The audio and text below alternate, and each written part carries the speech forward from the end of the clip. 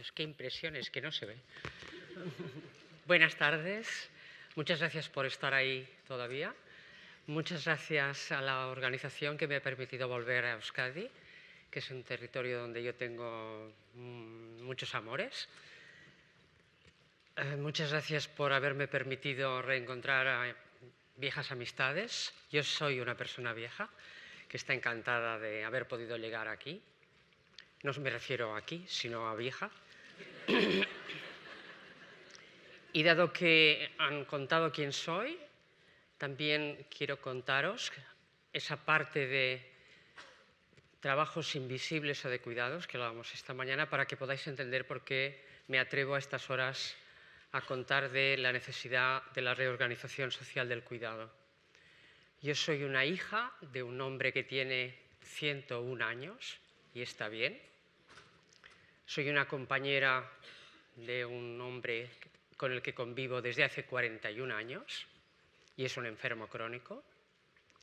Soy madre de un hijo estupendo, quizá de lo que más contenta estoy hoy en día, y eso no lo pongo nunca en el currículum académico, que gracias a él soy abuela de 2 criaturas preciosas, que hace que mi jubilación tenga una menor carga total de trabajo, pero una mayor dedicación al trabajo de cuidados, donde entro en contradicción cotidiana sobre las muchas teorías que sé y las prácticas que debo y estoy obligada a llevar a cabo.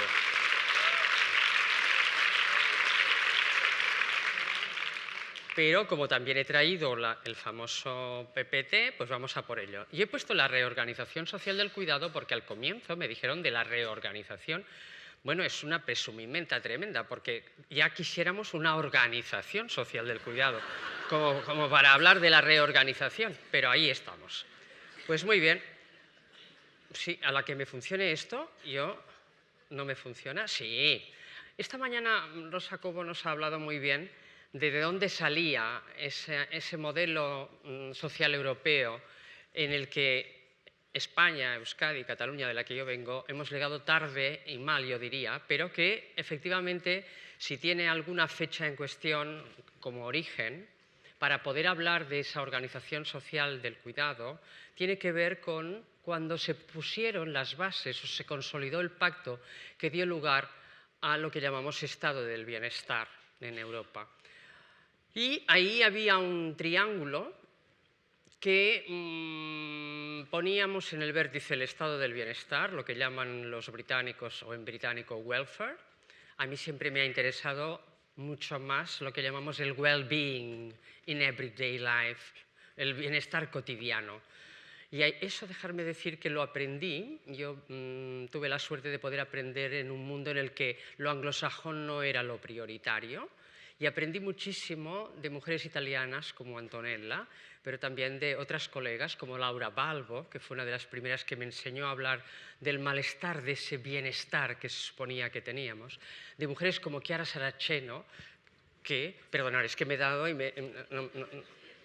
con sorpresa, de cómo debíamos hablar de lo que llamaban ellas el lavoro di cura, y eso a mí me llegaba muy de cerca, porque en catalán cura es exactamente la misma palabra, laboro no, treball, decimos nosotras, y cómo lo esencial era no perder de vista la cotidianidad, la vida cotidiana, porque ese era el escenario de la reproducción y el escenario donde las mujeres, supiéramos o no, fuéramos conscientes o no, íbamos a proporcionar aquello que es ese trabajo invisible, que proporciona esa parte no pensada desde el estado del bienestar. Porque ese estado del bienestar, ese pacto que hicieron entre el capital y el trabajo, lo que pretendía era tener a los trabajadores, a la población trabajadora, y he dicho trabajadores porque se pensaba solo en masculino, como diríamos en castizo, en condiciones de revista, es decir, pudieran ir cada día al empleo en condiciones de que no se les, en cualquier caso se les murieran en las fábricas, pero no que se les murieran antes de llegar a ellas. Muy bien, pues entonces ahí lo que hicieron fue lo que llamamos la protección social. Eso quería, en primer lugar, poner el subsidio de enfermedad y el de retiro, el de pensión. yo soy nieta de unos abuelos que no tuvieron pensión y sé perfectamente qué quiere decir cuando aquí las personas jóvenes se preocupan, no voy a tener pensión. Bueno, pues habrá que volver a que les contemos cómo vivían nuestros abuelos que no tuvieron pensión y no por ello dejaron de tener una mínima vida. ¿Qué más pudimos pactar o qué más pudieron pactar? Y por supuesto en España entre interrogantes, porque hubo que esperar a que la transición o ese régimen que dicen del 78 ahora tuviera una cierta consolidación, hubo que esperar a 1982-83 para que pudiéramos hablar de un mínimo estado del bienestar. Hubo una universalización de la sanidad y de la enseñanza. Todo ello estaba basado en que las personas, los sujetos que tenían derecho a ello, eran aquellos que estaban plenamente activos a jornada completa en el mercado laboral. Solo así se podía ser un ciudadano de pleno derecho. Como podéis imaginar, con esta idea algo fallaba, porque se dejaba aparte esa otra parte del triángulo, la familia. Había un modelo implícito que se daba por supuesto, que era un modelo familiar en que la mujer, tuviera empleo o no, iba a ser la cuidadora de los demás, con su trabajo cotidiano, iba a procurar que los otros tuvieran disponibilidad laboral, a costa de la suya propia, a cuenta de la suya propia. Y os puedo hablar de que esta mañana me ha parecido oír que nos hablan de cómo el estado del bienestar, el problema que tiene es que las mujeres se han incorporado al mercado laboral. Las mujeres están en el mercado laboral desde que el mercado laboral existe. Yo vengo de Cataluña, donde la tradición del textil hizo que Cataluña existiera como sociedad industrial. En las fábricas había mayoritariamente mujeres. Si no hubiera sido por las mujeres, era tan importante aquello que cuando con Franco se prohibió el trabajo de la mujer casada, el gremio del textil consiguió una moratoria, una dispensa, para que las mujeres pudieran continuar trabajando. Es decir, las mujeres estuvieran o no en el mercado laboral, presentes, y estamos hablando del mercado laboral formal, iban a tener que cuidar de los demás. Iban a ser educadas para pensar que ellas eran las únicas responsables del cuidado, aunque no lo ejercieran, aunque lo encargaran a otra mujer. Y en cualquier caso, se iban a sentir siempre obligadas moralmente a llevar a cabo ese cuidado. He hablado de las mujeres porque el papel de los hombres, todo el mundo lo sabíamos, en ese modelo es el padre de familia, es la máxima autoridad, es el principal proveedor de ingresos. Es un modelo que hoy en día ya no funciona, pero funciona a nivel simbólico, tiene un enorme peso simbólico, no ha desaparecido. Continúa pensándose que las mujeres que están en el mercado laboral están, pero en realidad su tarea es otra. Y que a los hombres, y ahí el fracaso del modelo actual, del modelo social europeo, los hombres jóvenes no pueden reproducir el modelo de sus padres y de sus abuelos. Pero si sufrimos por algo es porque el chico no tiene empleo. ¿Por qué la chica, si no tiene empleo, pues ya se sabe, si al final se casará? Si al final querrá tener hijos, ¿sí? Pues bien, esta mentalidad es la que hizo que surgiera esa otra arista del triángulo que os he puesto, que es una reivindicación imprescindible, pero que continuamos pensando que es absolutamente necesaria, aunque solo hagamos un uso, si queréis, reformista del estado del bienestar. Mientras no hacemos la gran transformación y no nos llega, pues ¿cómo podemos lograr que se organice socialmente el cuidado cotidiano de las personas? ¿Por qué? Pues porque ha habido grandes cambios y las mujeres de las familias, ni va a haber tantas, ni las jóvenes están dispuestas a llevarlo a cabo. ¿Qué más? Vimos de inmediato que ese modelo, que estaba muy bien a nivel teórico, que a nivel práctico todas hacíamos lo que podíamos, porque una cosa es la teoría y la otra cosa es cómo en el día a día nos organizamos, como nos decía muy bien esta mañana la muchacha que nos ha hecho reír un buen rato, cómo cubrimos nuestras ausencias del cuidado. Aquí todas venimos a contar lo muy listas que somos y lo muy dispuestas a aprender que estamos. Y otra cosa es contaros cómo más de 4 han llamado y cómo está, o cómo sí, no, que me deja. Sí, eso no lo contamos, eso no forma parte de nuestra vida. Pues muy bien, lo que sí vimos es por qué hacemos eso. Porque por mucho que las cosas hayan cambiado, y estoy harta de leer lo de las transformaciones del modelo familiar y los cambios en los modelos de las familias, y eso es cierto, pero ¿qué es lo que persiste? Que las mujeres somos las principales cuidadoras y nos sentimos las principales cuidadoras aunque seamos incluso las principales aportadoras a los ingresos familiares. Y que nos sintamos los principales responsables quiere decir que tampoco vamos a dejar suficientemente espacio como para que lo otro crezca. Y lo otro, ponerle el nombre que queráis. Servicios profesionales, un masculino al que vamos a dejar que intervenga en la crianza o en los cuidados de sus respectivos, etc. ¿Cómo persiste ese peso simbólico de ese modelo? Pues a través de un mito que funciona a la perfección e incluso yo os diría a través de lo que es el modelo de referencia de éxito para muchas mujeres jóvenes, que es tener un empleo lo más exitoso posible que ocupe las mejores horas del día de los mejores años de nuestra vida. Eso es el éxito. Le podemos llamar pleno empleo, porque es como se le llama técnicamente, pero lo que no vemos es que eso ha sido falaz, eso ha sido falso, eso no ha sido jamás cierto, porque todos los efectivos de entre 16 y 64 años o más que tengan posibilidades de tener empleo, hombres o mujeres, en el mercado laboral, no caben. Sí, trabajamos tantas horas como decimos que lo hacemos. Trabajamos laboralmente, me refiero. ¿Por qué? De ahí viene el éxito del tiempo parcial de las mujeres madre que inventaron las mujeres escandinavas. ¿Sí? Yo recuerdo siempre a una mujer que me encanta tenerla como referencia, que es Alva Myrdal, que en el año 38 ya decía cómo las mujeres hemos de procurar que las mujeres trabajadoras puedan ser madres. ¿Sí? Y eso hay que defenderlo. Hoy en día se hubiera quedado muy sorprendida en España. Cuestan tantos los hijos en el sur de Europa que hemos dejado de tener los hijos. ¿Por qué? Pues porque efectivamente si quieres tener ese éxito profesional, el mostrarte como ciudadana, el además ser activista, el ponerle muchas horas al día para tantas cosas, no tienes tiempo para eso otro que se supone que son los cuidados necesarios para que las criaturas sean. Y si tienes unos cuidados sobrevenidos, ya encontrarás una solución, pero eso otro está complicado. Y no solamente tenemos el éxito del tiempo parcial para las mujeres madres, sino la tolerancia social ante el tiempo parcial femenino y de las personas jóvenes. Bueno, ya encontrarás algo más. Los datos dan que en Europa encabezamos el ranking de mujeres que te dicen que no quieren tiempo parcial, que tienen tiempo parcial porque no encuentran otro empleo a tiempo completo. El tiempo parcial no es una reducción de jornada laboral de libre disposición de la persona, es la imposición de una lógica empresarial que encuentra su beneficio a partir de ofrecer contratos a tiempo parcial, aunque luego tengas que trabajar más horas que las del reloj, pero esa es otra historia.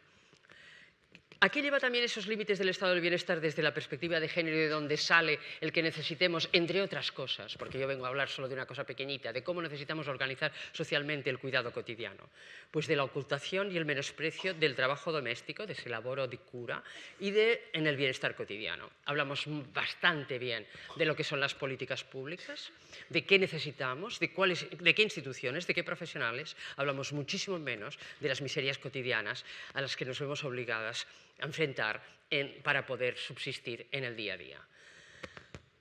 Toleramos muy bien el absentismo masculino de las tareas de cuidado, pero toleramos muy bien quiere decir que está bien visto.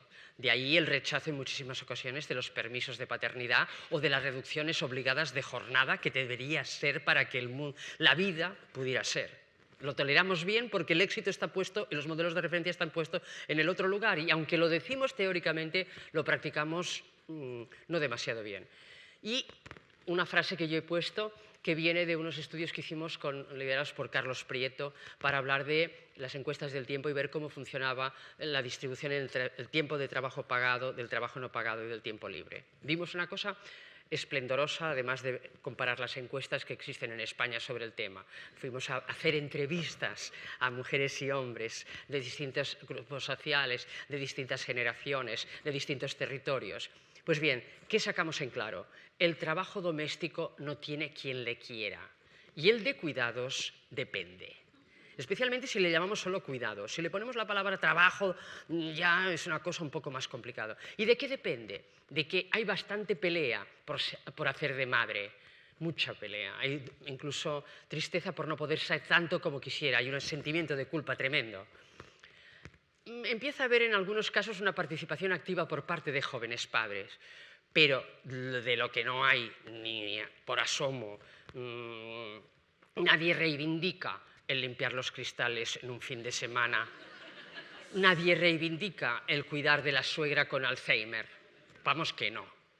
Con lo cual, parece claro que necesitamos que, yo no sé a dónde le doy, ahora, que organizar socialmente el cuidado cotidiano. Os he hablado de dónde salen mis primeras miradas sobre el tema, de ver el estado del bienestar europeo y los límites de ese estado del bienestar. Viendo mucho antes incluso de esta última crisis feroz que estamos padeciendo sus consecuencias ahora, empezamos a leer y a hablar de la literatura que nos venía de aquellos territorios cercanos a nosotros, donde no existía ese estado del bienestar, por ejemplo, Estados Unidos. Y a mí me sorprendió una mujer a la que yo aprecio por muchísimas razones. Se llama Alice Rossi. Esta mujer en 1965 escribió un pequeño artículo diciendo «Why so few?», ¿por qué hay tan pocas mujeres en la ciencia? Una gran feminista que con el tiempo acabó escribiendo cómo las mujeres lo que debemos hacer es reivindicar en positivo aquello que sabemos hacer y bien, cuidar de los demás y apelar a la instancia comunitaria para que ese cuidado no sea algo individual. Y con la tradición familiar de movilidad que hay en Estados Unidos, eso parece claro. Tú cuidas a las personas que necesitan de esos cuidados, dada su fragilidad en el día a día, en tu comunidad, porque sabes que en el entorno donde estén tus familiares, que puede ser muy lejano, habrá otras personas de la comunidad, otras mujeres de la comunidad que cuidarán por ellas. Me pareció interesante, quizá peligroso, no lo sé, hay que hablarlo. ¿Qué más? También encontré a una mujer, una hija de japoneses, de las que fueron a dar al campo de concentración cuando la Segunda Gran Guerra, Evelyn Nakano Glenn. Ella ha escrito un par de cosas que a mí me han interesado muchísimo y os las ofrezco. Habla de una sociedad futura, y ya que estamos ahí hablando de futuro, de cómo crear una caring society, una sociedad cuidadora. ¿Por qué? Porque estamos obligadas a cuidar. Y si estamos las personas obligadas a cuidar, vale más aceptarlo en positivo y poner a los cuidados en el centro de la vida, en el centro, en el eje, ese eje que tenemos cambiado y que hoy en día pensamos que lo importante es tener el último smartphone y a ver si tiene 5G y una cámara no sé con no sé cuántos píxeles. ¿Qué más nos recordaba Evelyn Nakano Glenn? Algo que también sucede y que en nuestras sociedades contemplamos en el día a día, que eso no quita para que esa sociedad cuidadora y el estar obligado a los cuidados persistan junto a las desigualdades de clase, género y etnia, que son guetos de donde están las mujeres que cuidan asalariadamente, la gran mayoría en régimen de informalidad, si es que puedo hablar así delante de una especialista en derecho del trabajo. Tú me excusas. ¿De dónde salen ahora nuevas voces? Y esta mañana nos lo recordaban, de América Latina, donde tienen una visión positiva de la comunidad, donde confían en que esa comunidad de cuidados va a ser una comunidad más factible porque va a poder ser una comunidad autoorganizada, autogestionada. Yo soy mayor y no de América Latina. ¿Qué quiero decir con ello? Que me pilla un poco escéptica, pero por eso explorar la posibilidad que no quede. ¿Qué más puedo deciros? No me funciona. ¿Sí? Y he puesto algo, sí. Esa esperanza en las comunidades autogestionadas en América Latina, que la comparto, a mí me continúa sorprendiendo, especialmente por las muchachas jóvenes que vienen para acá para hacer los másters o que vamos para allá con nuestras colegas, más o menos académicas, pertenecientes a las clases medias, más que aquí, la gran tradición que hay de tener servicio doméstico en casa, que es algo que la primera vez que lo vi yo no entendía. Bueno, conviven las dos cosas, habrá que hablar con ello. Ha tenido un éxito extraordinario la película Roma. Yo no salí contenta de la película, pero yo es que soy muy rara, ¿eh? Porque cuando se me ocurrió decir que este señor, el de la película, que le dedica la película a su cuidadora, no se da cuenta de las desigualdades de clase y etnia que hay ahí y de cómo el padre ausente aparece ahí como un mito romántico. En fin, que no os voy a contar la película porque si no la habéis visto no os quiero chafar yo ahora. Pero pensé, ¿pero de qué me están hablando, no? Bueno, no pasa nada. Vamos a ver. vamos a propuestas concretas. ¿Cómo organizar socialmente el cuidado cotidiano en las sociedades de bienestar? Y he puesto entre paréntesis material. Antes no lo he puesto y yo quiero siempre recordarlo. Que no tengamos servicios y riqueza material no quiere decir que no tengamos bienestar. El bienestar cotidiano es compartir la vida y los ratos de la vida con las personas que queremos cuando queremos. Eso es bienestar cotidiano. Y a veces no se necesitan grandes planteamientos. Lo que pasa es que todo está montado como para que eso sea muy, muy difícil incluso de pensarlo, no de elegirlo, sino de pensarlo. La otra, ¿cómo podemos hacerlo? Reivindicando los cuidados como bien público. Machalen ha citado antes a María Ángeles Durán. Es una gran pionera.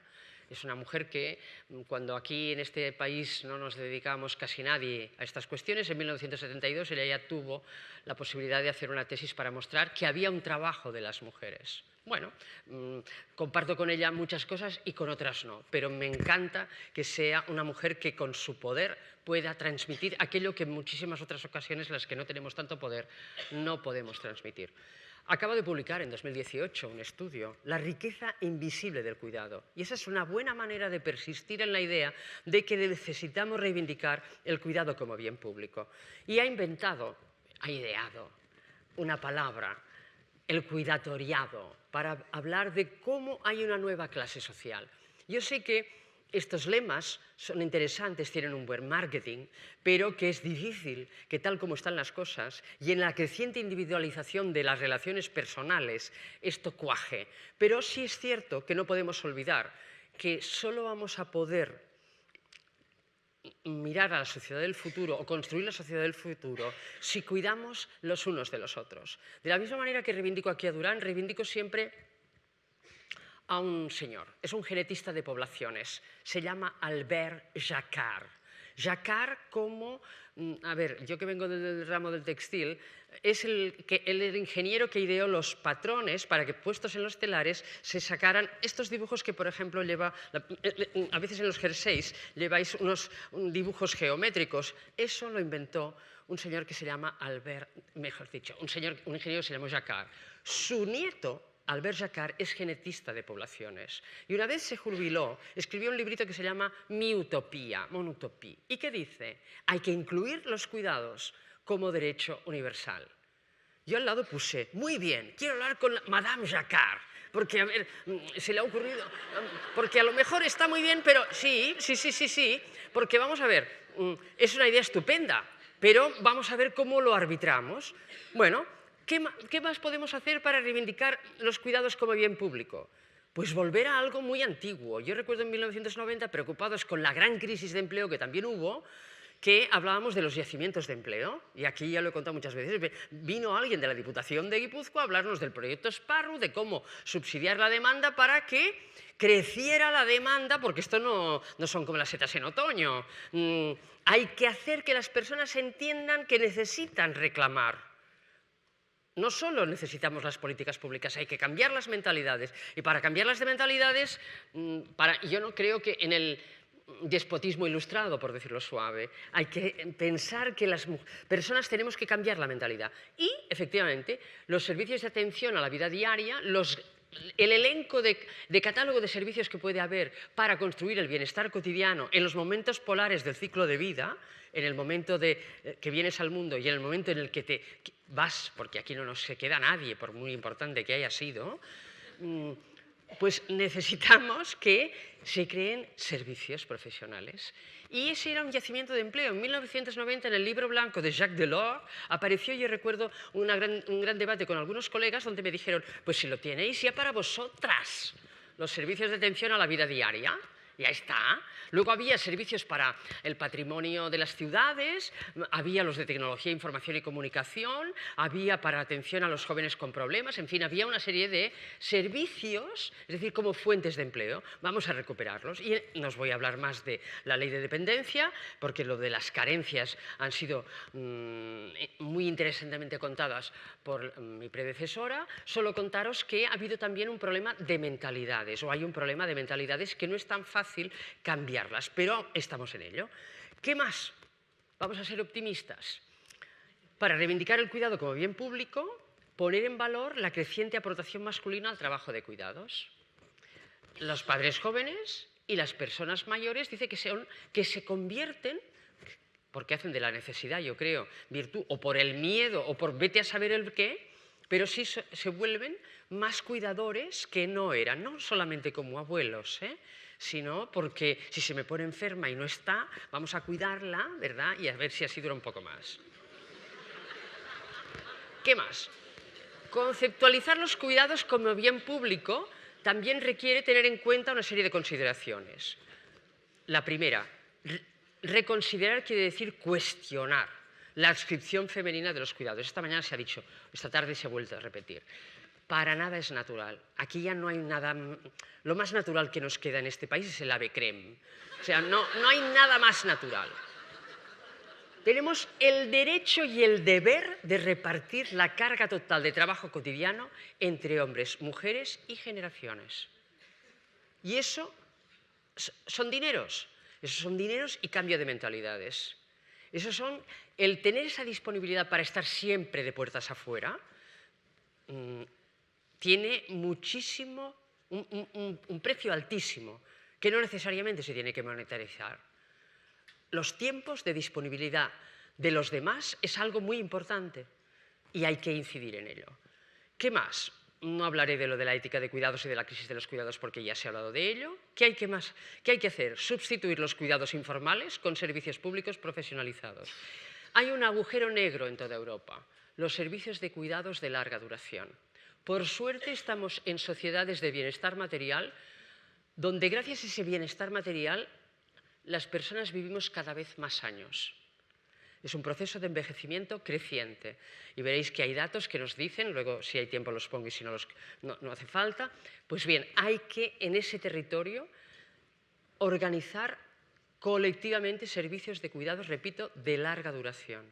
No estoy diciendo 24 horas por 7, pero sí tener la imaginación suficiente, copiar de donde ya existen, fomentar políticas preventivas en los territorios con equipos interdisciplinares que permitan organizar estos servicios de cuidados de larga duración. ¿Qué más? No consentir la tolerancia que tenemos en estos momentos con la economía informal en este territorio. ¿Qué más? Aceptar la intervención de la comunidad. Y aquí yo he puesto interrogantes. Hace muchos años, cuando era más joven y brava, hablaba del trabajo doméstico, del trabajo como actividad laboral y del trabajo comunitario como aquellos trabajos obligados para cualquier persona ciudadana. Dejé de ponerlo comunitario porque no había manera de hacerlo entender. Lo del trabajo doméstico, con el tiempo he podido hablar de cuidados, como es más amable, más bonito, nos vamos entendiendo, pero habrá que hablar de ello. Del voluntariado y de la beneficencia, yo vengo de tradición laica, pero lo aprovecho todo, con la edad lo aprovecho todo. ¿Qué más? Respetar la autonomía personal, esto es muy importante, y la decisión de la persona cuidada.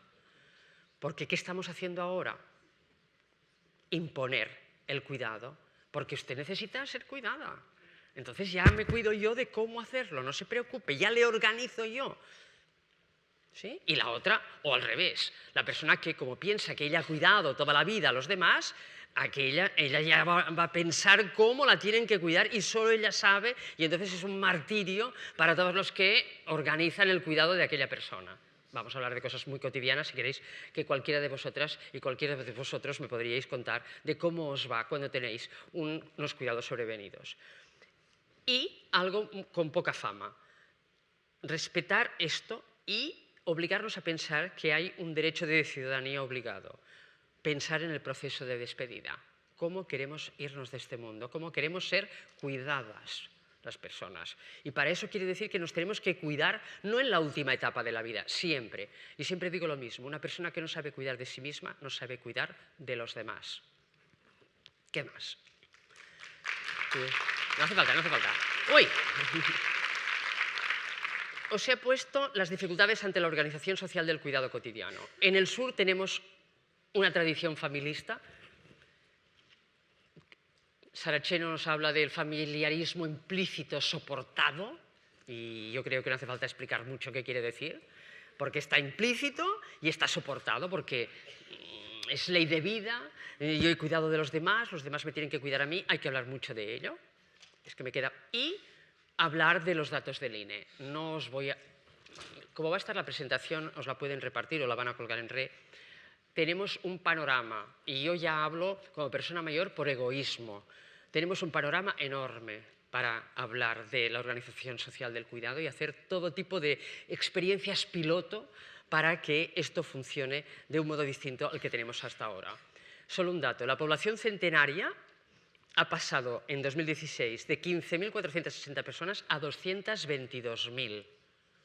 Bueno, yo no pienso llegar a los 100 años, pero sí, porque visto lo visto, ¿para qué? La otra, estos son datos que complementan lo de Naciones Unidas en 1995. OIT, ILO, ¿sí?, ha hecho el centenario 2018 y han puesto datos. ¿Qué veis? Rayas azules y rayas moradas. En todo el mundo, las mujeres siempre estamos en lo morado.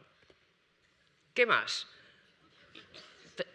Un organismo no feminista, como el de OIT, convencer a los que manejan el cotarro económico, es que crear servicios de cuidados va a crear empleos, va a aumentar el PIB, se van a poder pagar mejor las pensiones, yo qué sé, debates si queréis muy convencionales, lemas muy convencionales, porque no en plan, es que claro, como eres feminista, no, muy convencionalmente, desde el punto de vista de su ortodoxia, tenemos aquí datos suficientes. Amigas me cuentan que se necesitan las 4 Rs. El reconocimiento, es decir, revisar la construcción de las categorías profesionales. Cuando hablamos de esto es un tema largo. Antes no ha encontrado, Isabel nos ha dicho muy bien, no ha encontrado un elenco. Además de lo poco que existe, hay una jerarquía implícita que no se la salta un galgo. Y hay que hablar mucho de ello, porque las profesionales del cuidado, las enfermeras te van a decir del auxiliar de clínica, el auxiliar de enfermería, el auxiliar del auxiliar del auxiliar. Y eso no es fácil, y estamos en el territorio sociosanitario donde entramos en pleno corporativismo. Lo he unido a la idea de que cualquier mujer sirve para hacer esto, y este es un tema muy complicado. Reducir la presencia del mercado informal, especialmente de lo que llaman el care drain. Redistribuir la carga total, que ya hemos hablado, y remunerar estos empleos en un horizonte de trabajo decente. ¿Qué más?